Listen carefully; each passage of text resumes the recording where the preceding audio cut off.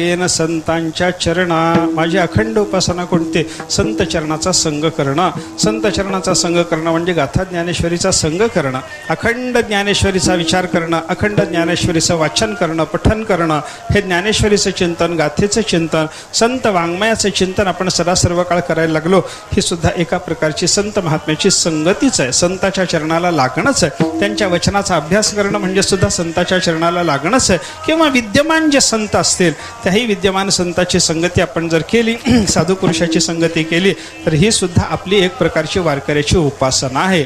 वारकऱ्यांनी विद्यमान संताची संगती करावी, वारकऱ्यांनी विद्यमान संताच्या सहवासात राहावं, वारकऱ्यांनी विद्यमान संत महात्म्याची संगती करून त्यांच्या चरणाची सेवा अखंड करावी, हा वारकऱ्याच्या उपासनेचा भाग।